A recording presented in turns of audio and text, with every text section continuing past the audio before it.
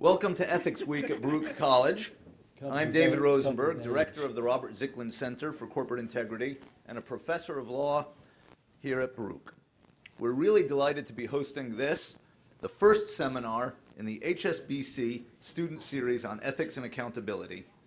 And we are truly grateful to HSBC and especially to Richard Lang, Senior Vice President and Ethics Officer of HSBC North America, for making this event possible. Thank you very much, HSBC.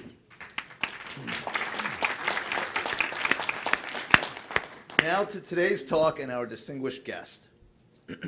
Companies in the healthcare and drug arena seem to receive especially unfavorable treatment when it comes to business ethics. I've always thought that this is particularly unjust because, for the most part, people don't go into healthcare or the life sciences to get rich. Many choose this career because they enjoy helping people deal with what is just about the single most important aspect of their lives that will help them achieve a happy and productive life. Others go into medical research because they're fascinated by the pursuit of science and the possibility of advancing the human condition through experimentation and knowledge. So it does seem strange to me that we sometimes hold these people to a higher standard than we do those in other more lucrative and sometimes seemingly less altruistic professions like law and finance. No offense.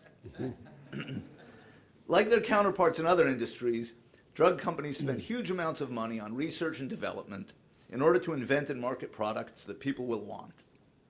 But unlike in other industries, drug companies are often expected to forfeit profits for the greater good by giving away or selling cheaply products that they have devoted years and billions of dollars to developing. Today's speaker will discuss his experience confronting these competing pressures on a monumental scale, and I think you will agree, deciding to do the right thing, both as a businessman and as a human being.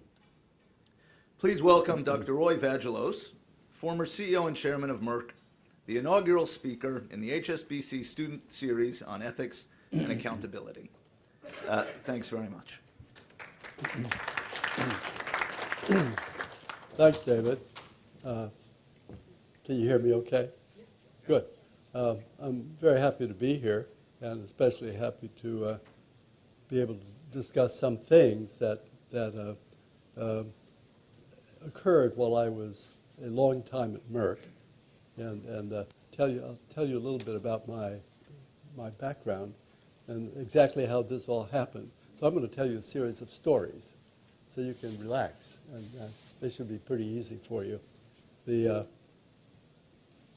My background is in chemistry, and I was an undergraduate at the University of Pennsylvania, where I graduated and then went to medical school at Columbia, not far from here, which is where I spend a lot of time now as an alum. I graduated from medical school, hard to believe, in 1954, and then had the notion that I would take care of patients because I like doing that.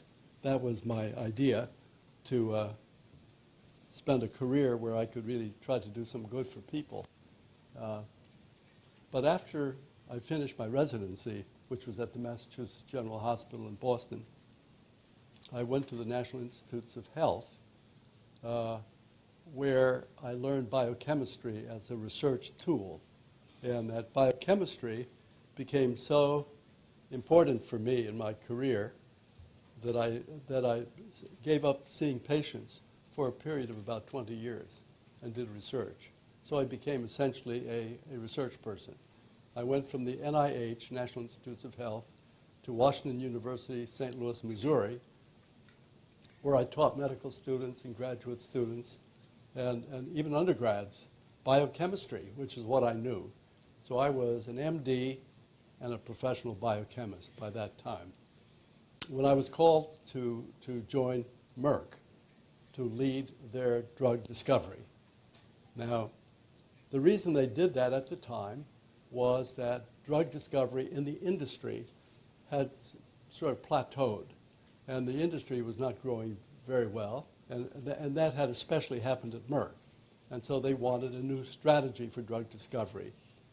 And so they offered me that position to lead their drug discovery effort. And I, knowing nothing about industry, but having great interest in drugs and medicines as a doctor and understanding science, I thought it would be a challenge and fun to try to put together the knowledge of where science was and doing something about an important disease. And so I took this on and moved to Merck in 1975. One of the projects I undertook, now I would just give you, Merck at that time had a very strong research group, but their strategy for drug discovery was not using the most modern approaches. That would be through biochemistry, and that was the whole idea of going there. So a project that I and my small group undertook at that time was looking at the possibility of coming up with a drug that would prevent death from heart attacks. And so this was, at that time, there was an hypothesis known as the cholesterol hypothesis. It was at a time when people suspected, on the basis of certain evidence, that high blood cholesterol could cause heart attacks. The evidence wasn't all that strong, but it was not bad. For instance, when people died of heart attacks, if you looked at the coronary arteries, the arteries of the heart, you would find plaques. And the plaques that blocked the flow of blood were filled with cholesterol. That was evidence number one. Secondly, if you look at populations across the globe, you would find that people in Japan almost never died of heart attacks. And their blood cholesterol levels, on average, extremely low.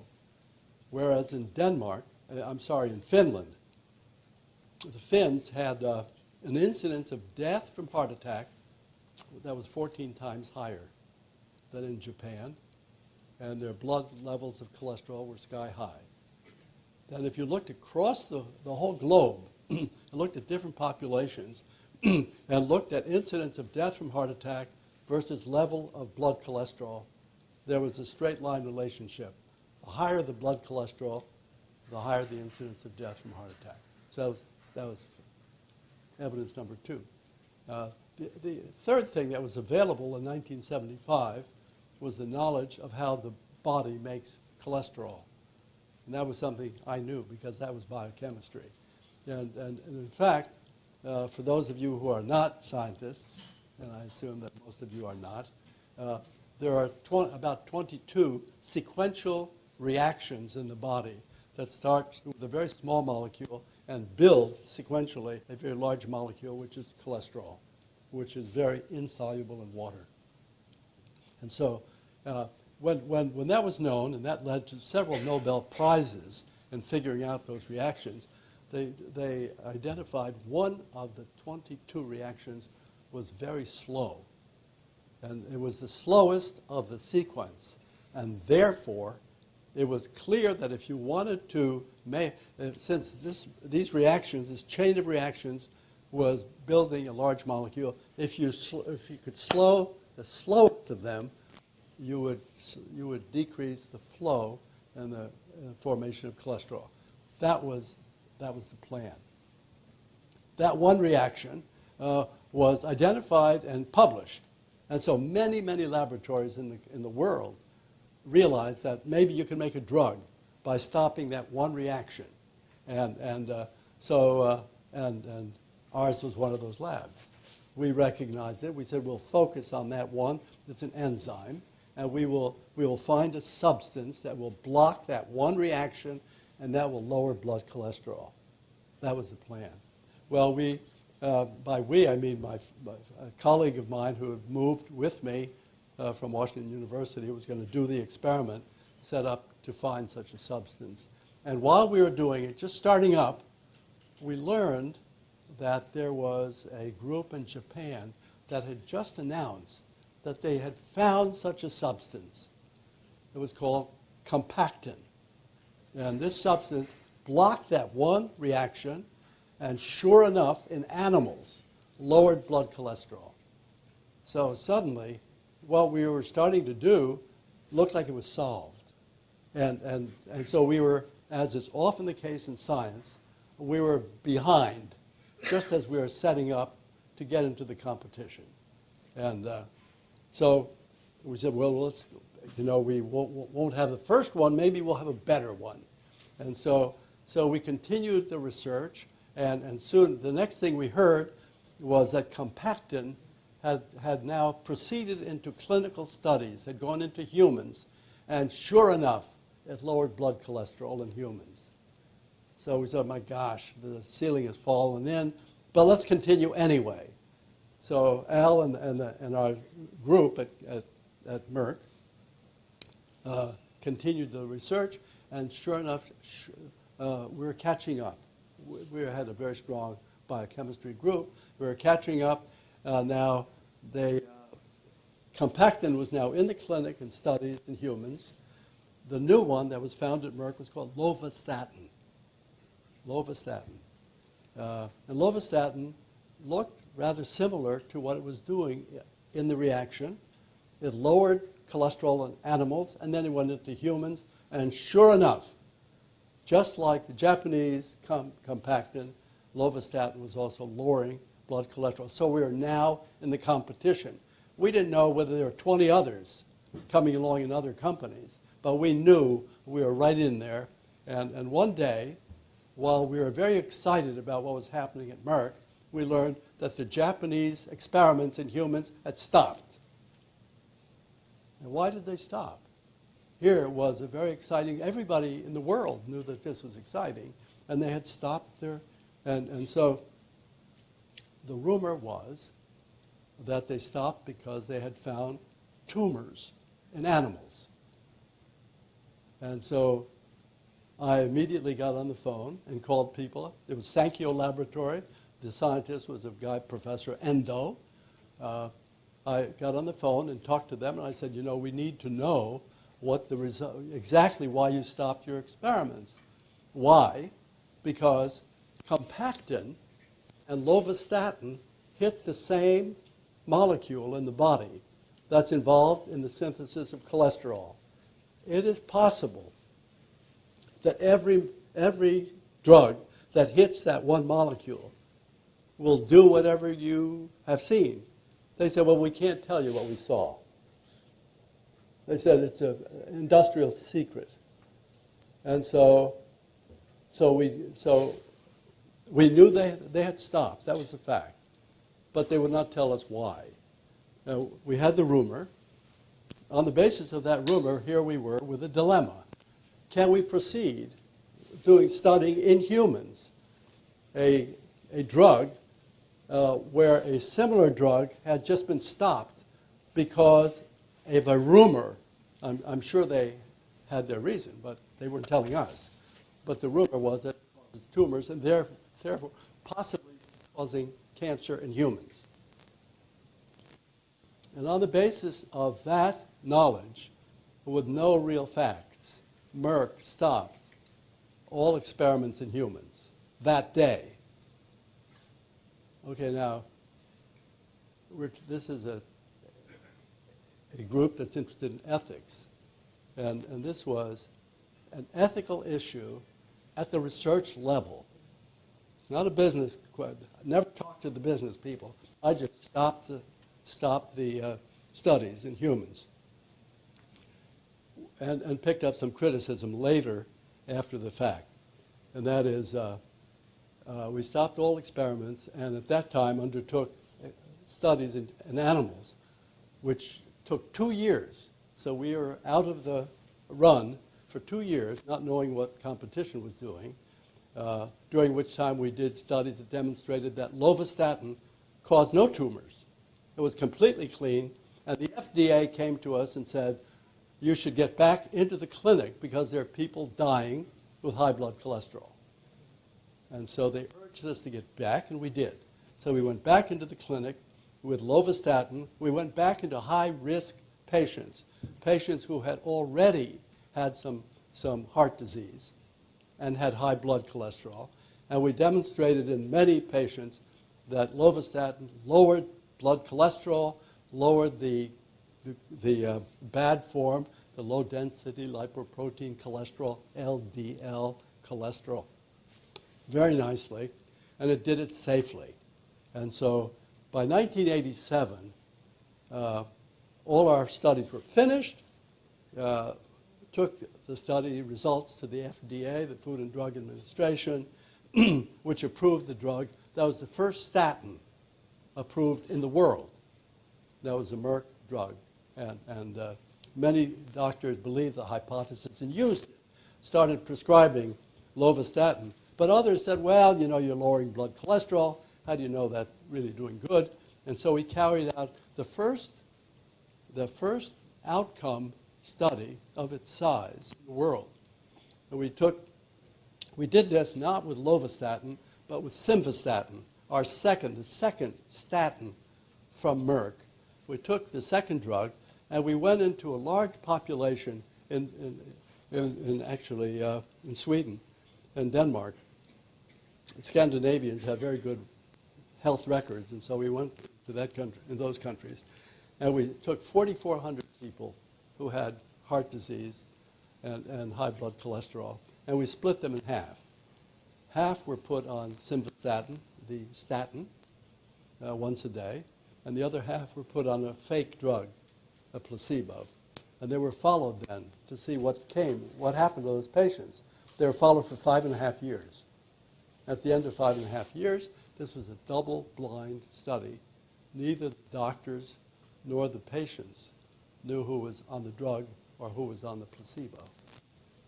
At the end of that time, they broke the blind, and they compared those patients who had received the drug versus those who had received the fake.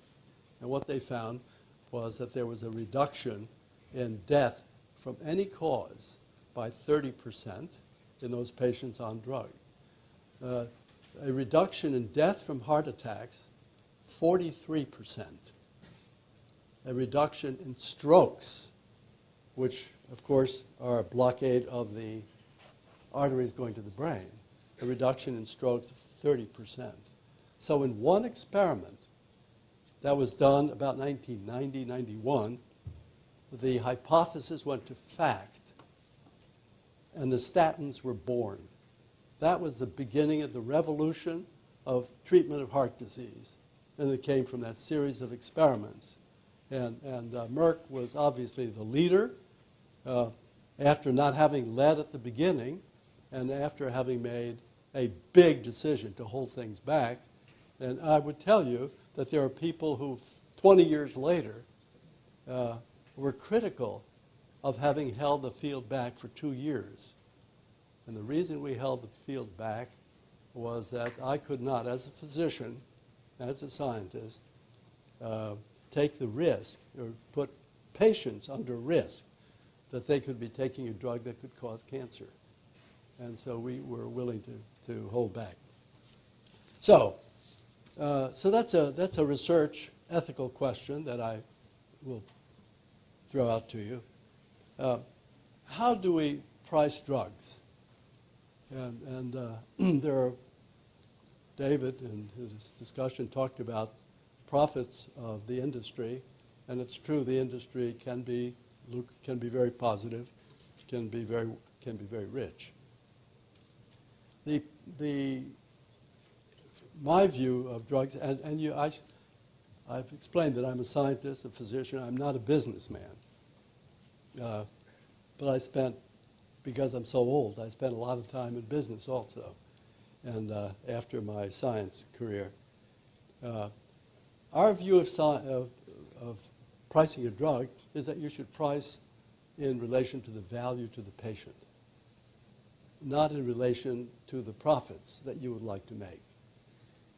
And this is something that is, for me, extremely important, and that is to be fair in your pricing and to relate it to the benefit of patients. For instance, in the experiment in lowering blood cholesterol, we saved lives, we kept people out of hospitals, we kept people at work, and they lived normal lives. The price for a statin today, now this price was started in 1987, but it's gone up annually with inflation. The price today is $2,000 a year for a branded statin. You can get a generic statin for 10% of that. Okay? So I consider that a bargain. There are other bargains. Most drugs are bargains, prices of drugs. For instance, the cost of taking care of HIV disease, human immunodeficiency virus, AIDS, the cause of AIDS, began in 1981, a disease in the high-risk group, intravenous drug users and gay males, but spread. Everybody was going to die. There was no treatment in 1981. But over the course of years, one class of drugs after another, so that at this point, one treats a person who is infected with that virus with a combination of 3 drugs, a triple combination. And the annual price for that is about $25,000. You'd say, well, that's a lot of money. But what it does is take someone who's going to die, for sure, almost 100% lethality, and they go back to work. They're not in hospitals. They go back to work, and they live normal lives. That is a bargain. What is not a bargain are some of the prices of recent biological drugs for cancer. And I will give just one example, and that is Avastin, that was introduced about 6 or 7 years ago by Genentech. And the price of Avastin is $50,000 for a course of treatment. The benefit to the patient, on average, is added lifespan of 3 to 4 months. Now, that is where I have a problem. And that's where ethics separates the people who understand what's right and people who just want to make money. And unfortunately, our industry is infected by some of those. So that's another. So we've talked about research. Now we've talked about pricing. Over the course of the time that I was at Merck, and it was about 20 years, we introduced with this new strategy for drug discovery, we introduced many new drugs. The number 1 drug for high blood pressure, peptic ulcer disease, benign prostate enlargement, the 2 most important hospital antibiotics. It goes on and on. Many vaccines. And so the company, on the basis of that drug discovery and development, became the largest company in the world, largest pharmaceutical company in the world in market size. And so it was very successful. And so we on a couple of occasions, dealt situations where we had technology and drugs that could do incredible things, but would be out of reach of certain populations. And I'm going to give you two examples. One was the development of a vaccine for a virus, hepatitis B virus. Hepatitis B virus is a virus that's transmitted, it's passed among people in the U.S. and the developed world, among adults, same high-risk group as HIV disease, intravenous drug users and gay males. It's transmitted by body fluids. And the disease in the U.S. is about 0.5% of our population is infected at some point in there. The hepatitis can lead to chronic liver disease and liver cancer for which there is no treatment. So you're going to die if you end up with liver cancer caused by this virus. In 1981, we introduced a vaccine which would protect against hepatitis B virus infection completely. You take a series of these injections, a vaccination, and you're protected for life. The price for that was $100 for the series of immunizations. And initially, it was to be used in this high-risk group of people, not only the intravenous drug users and the gay males, but also the medical community and all the doctors and policemen and people who may have contacts that have body fluid contacts. But eventually, as the public health services realized how safe it was and how protective, eventually it was made mandatory to get children to go to school. So it's a required vaccine to go to school. And so hepatitis B became, just covered everybody in the developed world. That was the Merck vaccine. So in the late 80s, 1980s, the Chinese came to us and people from the government and said, you know, in China, we have a very high incidence of hepatitis B. That surprised me, but the incidence is high. 9% of Chinese people are infected throughout their lives. And the reason they are is that the women and the men are both, the incidence is so high that women, 9% of the women are infected, and when they have a baby, the chances are 90% of those infants born are going to be infected. And so it's transmitted from mother to newborn, and it's transmitted within the first 48 hours after birth. So we quickly did experiments and discovered that if we immunize, if we vaccinate the newborns within the first 2 days, you can prevent this transmission. Now, at that time, hepatitis B, liver disease, was number 1 or 2, right at the top, cause of death in China. So we had now a vaccine that if you immunize the newborns, you're going to eliminate number 1 cause of death in this huge population.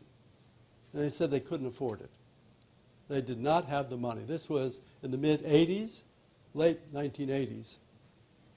And although we continued to lower the price to try to get them to a point where they could afford it, they just said they could not do it. They could not do it. And so we agreed that we would sell them the technology.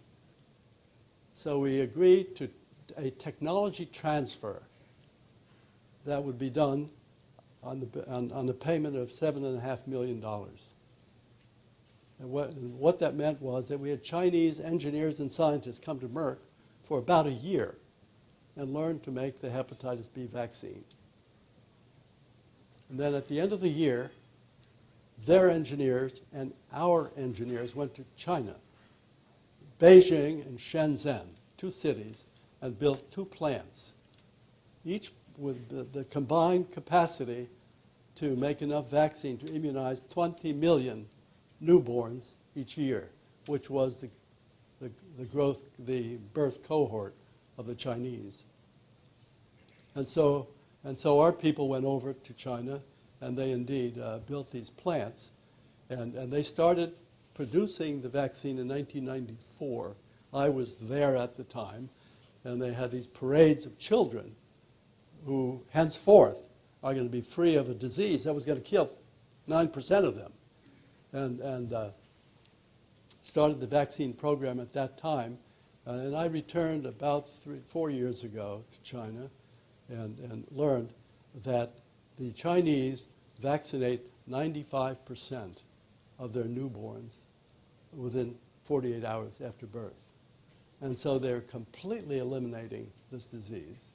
And it's on the basis of a Merck vaccine from which Merck did not make a penny of profit. In fact, it lost money because of the cost of all the travel and all the things that were required for the technology transfer. So that is a decision that was made because it was the right thing to do, and in the long run, of course, it made friends with the second largest economy in the world now. But at the time when it was done, it was strictly something that it was the right thing to do. Very much an ethical question, but one that would never make any money. Now, of course, they love Merck. And they are very happy to have Merck in China because of that long-standing decision. The fourth story, and one that you may have heard something about, deals with a drug that was discovered also about 1997, 1996, shortly after I went to Merck, which was called ivermectin. And it was a drug that was found to kill parasites. And there were drugs already that killed parasites, but there was none that could do what this drug could do, and it was about 100 times more effective than anything that anyone had ever seen. It was called ivermectin. It was a Merck discovery, and it was very exciting because it killed all parasites in cattle and horses and sheep and pigs. It also killed dog heartworm. And if you have a dog and treat your dog once a month to protect it from heartworm, that is ivermectin. It is still available. Now, the drug was very exciting as an animal health drug, but not for humans, because it was not active against either hookworms or tapeworms, which are very important parasites for humans. And so it was put on the shelf for humans until 1981, when one of our doctors who had worked in sub-Saharan Africa, whose name was Muhammad Aziz, came to ask me whether I thought this drug might be useful in a disease called river blindness. Well, I knew nothing about river blindness, and so I said, well, tell me about it, and he did. He said there are 18 million people who are blind, and there are over 100 million who are at risk at infection by a parasite. The parasite is called Onchocerca volvulus, and it's a worm. And this worm is transmitted by the bite of a fly. Flies live along the rivers, and therefore the problem is known as river blindness. The flies bite a person who has the infant form, the baby form. It's called microfilaria. They're the babies of the worms. They're in the skin. When a black fly bites a person that has this in their skin, they pick up one of these little tiny microscopic organisms, and within the fly, that organism, that parasite, becomes capable of becoming an adult. So when they bite another person, they introduce a parasite that can now become a full-grown worm. The males get to be about 6 inches long. The females about 18 inches long. They live in coils, in lumps in the skin, and they're about the size of a half of a ping pong ball when you look at the skin. And they have them on their skin, and these tangles of worms make millions of microfilaria, the babies, which then crawl through the skin, causing terrible itching. So these people are constantly scratching, but they also crawl into the eyes and cause inflammation and ultimate blindness. And so I said, well, that's a terrible thing, you know. I said, why don't you take some of our ivermectin? We gave it a new name because one was an animal health drug, and now we're going to make a tablet out of it. We made a tablet, pill. We called it Mectizan. I've forgotten who came up with that name, but it was a good name. And Mohammed went to Dakar in Senegal, which is the western tip of Africa. There he found people who had these lumps and were constantly scratching and obviously losing their vision. And he took a couple of dozen of them, and he took a little pinch of skin over the hip, and he looked at that pinch. He teased it out under a microscope and counted the number of microfilaria. And it was 15 to 20 little worms per pinch of skin. So these people were literally crawling with these parasites. Then he gave one tablet of Mectizan, and he came back to the U.S. He went back a month later and took a pinch of skin again and looked to count the microfilaria, and there were none. And so he came back to the U.S., very excited. He said, look at this, magic, they're all gone. So we got very excited. We called people from the World Health Organization who are experts in this parasitic disease. Onchocerciasis was the name. And they came and they looked at the results and they said, well, you guys must have screwed up. These results are too good to be true. What is that? They said if you had really killed all the microfilaria, the people would have terrible side effects. And you didn't have any side effects. So somehow there's a mistake in these results. Well, I knew there was no mistake in the results. And so they left. And so we carried out, at that time, Merck undertook a large study in Africa among the poorest people in the world with full knowledge that they had no money. So they carried out a full blast series of studies, which took a couple of years and thousands of patients. And they were treated in the way that they did the study. They went and they took these people and they took a pinch of skin off everybody, and then they gave everybody a tablet of Mectizan. Then they came back at the end of a month, 3 months, 6 months, 9 months, and a year. They took a pinch each time, and they counted the worms, and there were none.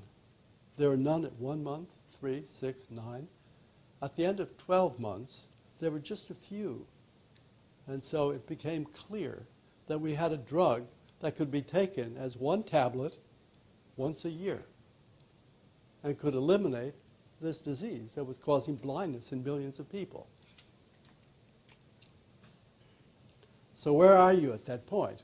You have a drug which is rather magical. As a matter of fact, the news was leaking out of our company, as it does.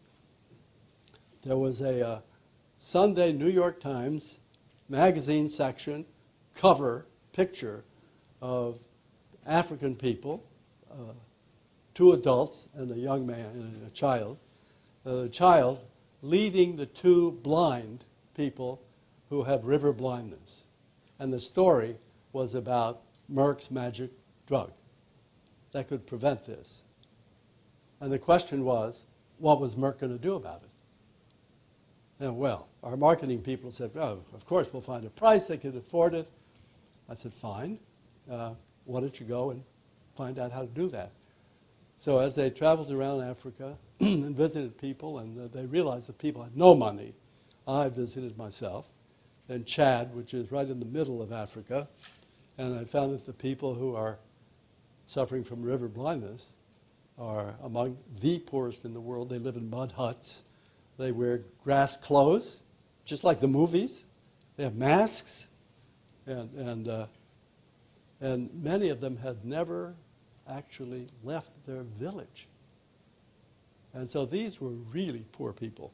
And so we went to their governments and said, you know, we'd like to make this drug available. We'll try to do it at a very low price. No interest. These people were going to die anyway from various other diseases, so their governments were not going to buy any drugs for river blindness. Ultimately, I went to the U.S. government. I visited with first the Deputy Secretary of State, John Whitehead, and I told him the story of river blindness. And he said, Roy, this is fabulous. This is wonderful. You know, we'll plant the American flag all over Africa. So I said, yeah. And then I walked out of his office with his aide, and his aide said, Dr. Vagelos, that's a wonderful drug. It's a wonderful story, but you know, we don't have the money. I said, we don't have the money. We're talking about $2 million to start a program. He said, but you don't understand. It's not in the budget. Well, here we were then. No government, the people could not afford it. Governments could not afford it.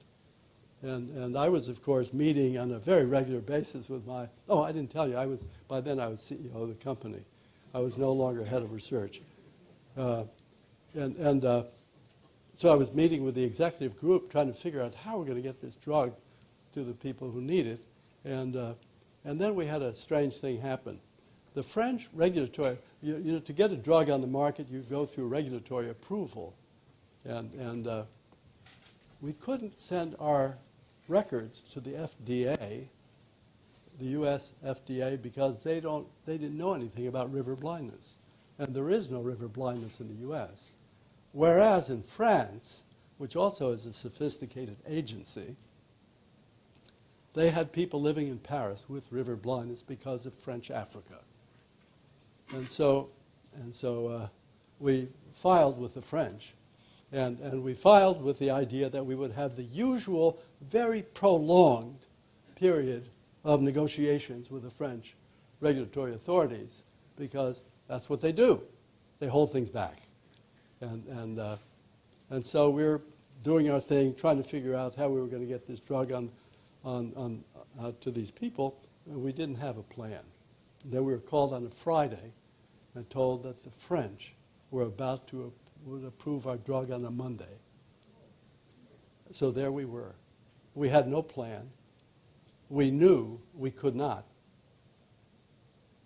There was no way out of making a decision. And that weekend, we decided what we would do. So we met. We had a press conference on Monday in Washington. And it was amusing there because we had our senators, Lautenberg, Bill Bradley was there, Frank Lautenberg, Ted Kennedy, who was head of the Health Committee at the time in the Senate, came at the last minute. I'd never really seen Ted Kennedy before. And he's very small, but he has a very big head. Very big. And he came down, and it was swollen that day because of the amount of alcohol, apparently, from the night before. And so it was wonderful to. So we got the decision, which was announced that day, was that Merck would contribute the drug free to anyone in the world who required it for as long as it was required. Now, that was a decision that was made essentially over a weekend. It was made so fast, and I was so unused to the usual business format, that I made that without talking to the board of directors. And so that was a decision made by one person. And I went to the next board meeting, and then one of the directors said, "Roy, you made this great decision. Why didn't you call us?" And I said, I didn't think about it. Everything was going so fast. Is there anyone here who would have made another decision? And the answer was no. And so what was the reaction? And this is a group in ethics, Did it make sense? First of all, the impact on the company was almost electric. Here's a company based in science and doing important drugs. So they thought it was sensational.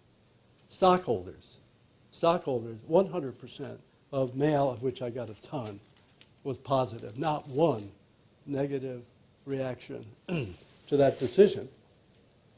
And what was the total outcome for the company? What the impact on the company was, because of the growth of the company, the ability to do these philanthropic things that were the right decisions at the right time. Merck grew enormously, of course, because of the drugs they were selling to the populations that could afford our drugs. But it was very successful.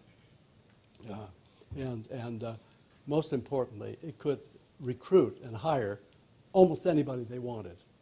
People wanted to work at Merck. So that's the bottom line. So doing the right thing turns out to be the right thing for the business side, too. And so how far has it gone? So the decision was made. The program was started in 1987. After 25 years, and which was a couple of years ago, I think that brings it to 2012.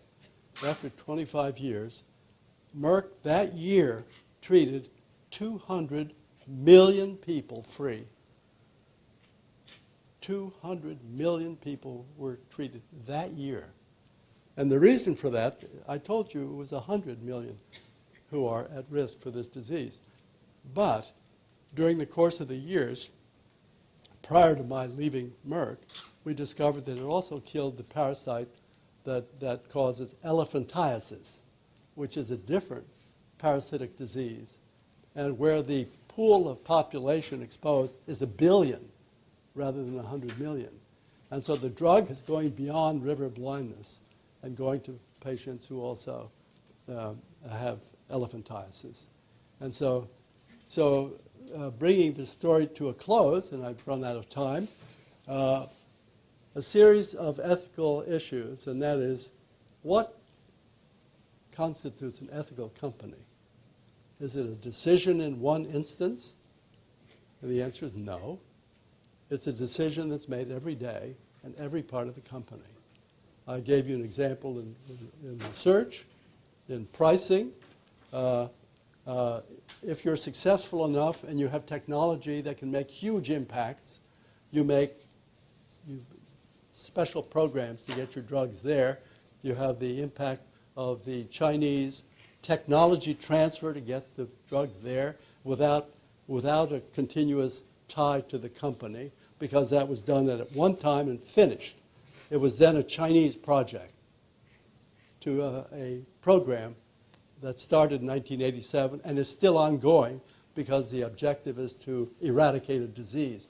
When that happens, that'll be the first time in history that one company has eradicated a broad parasitic disease. So I hope that stimulated your interest in ethics, and I'll be glad to take any questions. Thank you.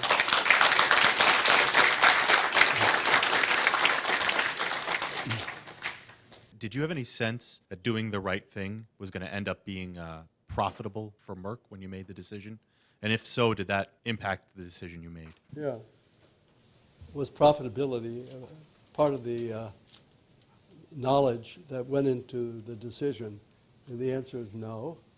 But it turns out that almost every positive ethical direction turns out to be the right thing to do. Certainly in the research, and I was criticized 20 years later for stopping the development of the statins for 2 years, because 2 years of sales were given up. It never crossed my mind. I was so focused on being sure that people were not exposed to cancer, a cancer-causing drug. And similarly, in every other decision. Now, at the end of the quarter, you think of, what the heck's happened this quarter and what have you done? And it goes through your mind. But with ethical issues, you have to sort of you have to draw the line and say you're going to do the right thing, and if it's going to cost the company money, if General Motors just announced that they're going to pull back 1.5 million or something like that vehicles. They have the problem with ignition, now they have the problem with airbags, and they're going to do it. The cost is going to be huge, but someone down the line did not make the right decision when they first started hearing about these. And the point is that the tone at the top is what has to happen in a company. And I'm chairman of a small biotech company now. Regeneron is the name of it. And the CEO, I'm not the CEO, I'm the chairman. The CEO and I talk all the time, how you do it. And it is the constant message that we are always going to do the right thing. And sometimes it's going to cost us money. It's going to set us back in time. We're going to lose competitive position. But in the long run, companies grow on the basis of the quality of the work and being trusted by their customers and the people they deal with. And most importantly, it selects among the people who want to come and work in the company. It helps you recruit the right people and retain the right people, and then they want to do the right things. And so recognizing a problem early and attacking it and investigating it and making the right decision in the long run is always better for the profits. Thank you. It's obviously sometimes very difficult to make those decisions because it's very difficult to decide up front what's the best decision, even from an ethical point of view. So who, in the end, is accountable or responsible for those choices in a company like The Merck? company, the CEO is always. I was fortunate in having a technical background and being a physician, so I understand disease, I understand drugs, and I know technology. Mm-hmm. And so my concern is when a company, which is the usual case, has people who do not understand the technology or the diseases as leaders, and then they are confronted with good news or bad news that comes from someone who may or may not be trustworthy because they can't judge them well enough, mm-hmm. and they have to make decisions based on advice from others. I find that very difficult, and I would not want to be they, and I'm not they. So I think you're better off understanding technology when you're in a technology-based business. But the CEO is responsible. You'd say, well, it's the head of research who recommended that. Well, yeah, but it's your job. You know. I'd like to go back to the river blindness story. At least 3 national governments and probably several international agencies did not partner with Merck on behalf of the people who would benefit from the drug. I'd be interested in your observation with this series of experiences on what you think the public partnership should be doing. What are the responsible roles for public agencies like NIH or USAID? Yeah, well, it's a very complicated question. Thank you. Very complicated. Who should be doing what? First of all, the initial reaction of the World Health Organization specialists was very negative, and they would not help us at all. When it was clear and obvious that the drug was doing something that was so powerful, they couldn't be left out. And so they came clamoring back. And initially they joined us in doing research. They said that they would do parts of the clinical studies for us. We said, fine. And they took it over, and then they sent me a manuscript in which they took full responsibility for their program and talked about the discovery of the drug and never mentioned Merck. And so I told them that if they published that I would send it to I'd write a letter to the New York Times, and they backed off. And so there's so much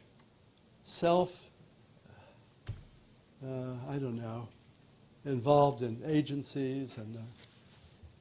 But once the drug was approved, we at Merck set up an outside committee that was headed by Bill Foege, who headed the smallpox eradication program in the world, actually.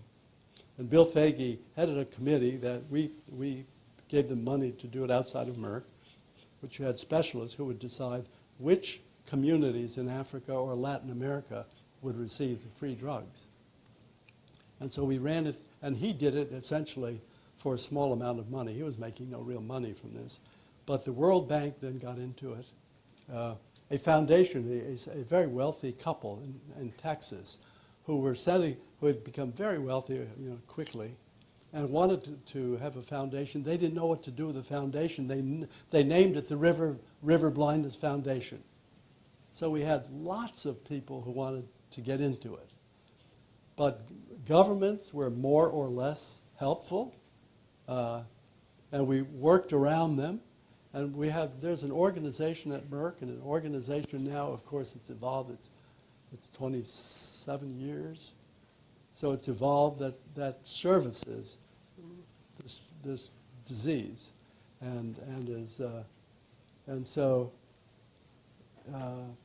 Fortunately, there are enough good people with great motives who really understand and want to do a good job. And so it's a great community. When you have a real winner. It's not so great when you need them. I'm done. I think I'm going to get the hook. Great, thanks very much, Dr. Vagelos.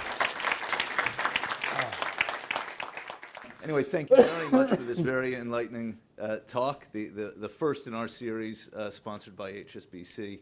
It's been a very valuable hour and more. Thank you very much, and thanks everyone for coming.